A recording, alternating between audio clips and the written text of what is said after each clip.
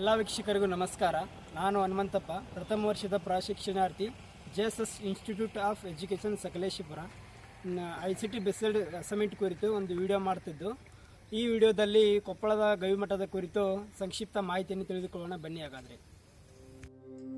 ಇವತ್ತಿನ ವಿಡಿಯೋದ ವಿಶೇಷತೆ ಏನೆಂದರೆ, ನಿಮಗೆಲ್ಲ ಉತ್ತರ ಕರ್ನಾಟಕದ ಸಿದ್ಧಗಂಗೆ, ದಕ್ಷಿಣ ಭಾರತದ ಕುಂಭಮೇಳ ಆದಂತಹ ಕೊಪ್ಪಳದ ಗವಿಸಿದ್ದೇಶ್ವರ ಮಠಕ್ಕೆ ಕರ್ಕೊಂಡು ಹೋಗ್ತಾ ಇದ್ದೀನಿ. ಹಾಗಾದರೆ ತಡೆಯಕ್ಕೆ ಬನ್ನಿ.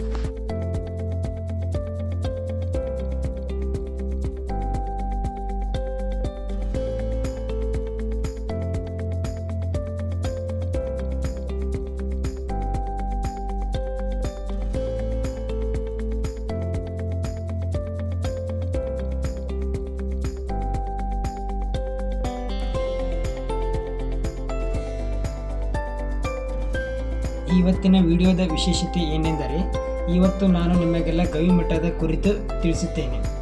ಈಗ ನೀವು ನೋಡ್ತಿರೋದು ಮಠದ ಎಂಟ್ರೆನ್ಸ್. ಈ ಮಠದ ಆವರಣ ತುಂಬ ಪ್ರಶಾಂತವಾಗಿದೆ, ತುಂಬ ನೀಟಾಗಿ ಮೇಂಟೈನ್ ಮಾಡಿದ್ದಾರೆ.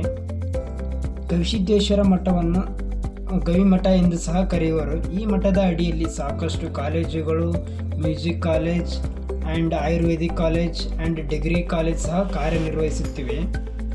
ಅಷ್ಟೇ ಅಲ್ಲದೆ ಈ ಗವಿಸಿದ್ದೇಶ್ವರ ಮಠವು ಸಾವಿರಾರು ಬಡ ಮಕ್ಕಳಿಗೆ ಉಚಿತ ವಸತಿ, ಶಿಕ್ಷಣ, ಅನ್ನ ಪ್ರಸಾದ, ದಾನ ಹಾಗೂ ವಿದ್ಯಾದಾನ ಅರಿವು ಮೂಡಿದೆ.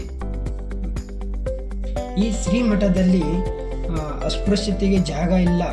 ಇಲ್ಲಿ ಎಲ್ಲ ಧರ್ಮೀಯರು ಹಾಗೂ ಎಲ್ಲ ಜನಾಂಗದ ಭಕ್ತರಿಗಾಗಿ ಮುಕ್ತ ಪ್ರವೇಶ ಇರುವುದು ಈ ಶ್ರೀಮಠ ಎಂದು ಹೇಳಬಹುದು. ಈ ಗವಿಮಠ ನೋಡಲು ಬಹು ಸುಂದರವಾಗಿದೆ.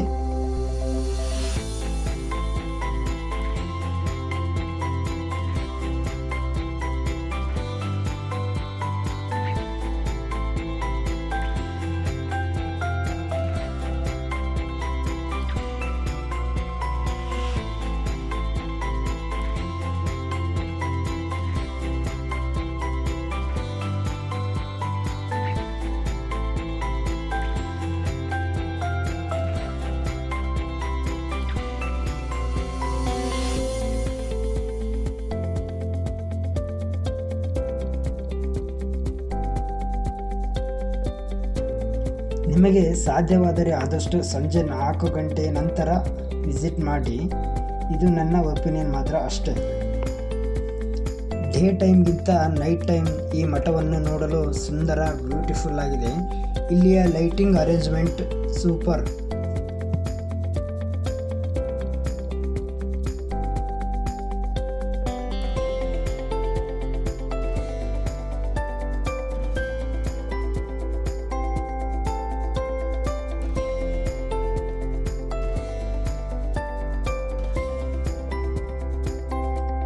ಹನ್ನೊಂದನೇ ಶತಮಾನದಲ್ಲಿ ಕಾಶಿಯಿಂದ ಆಗಮಿಸಿದ ಶಿವರುದ್ರಮುನಿ ಸ್ವಾಮಿಗಳು ಈ ಗವಿಮಠವನ್ನು ಸ್ಥಾಪಿಸಿದರು.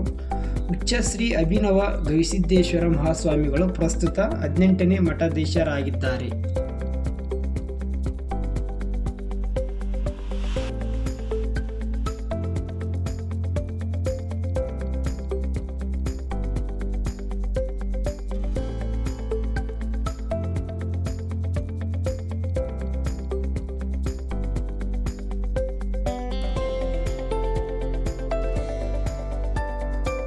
ಈ ದೇವಾಲಯವು ತನ್ನದೇ ಆದ ಐತಿಹಾಸಿಕ ಮಹತ್ವವನ್ನು ಹೊಂದಿದೆ.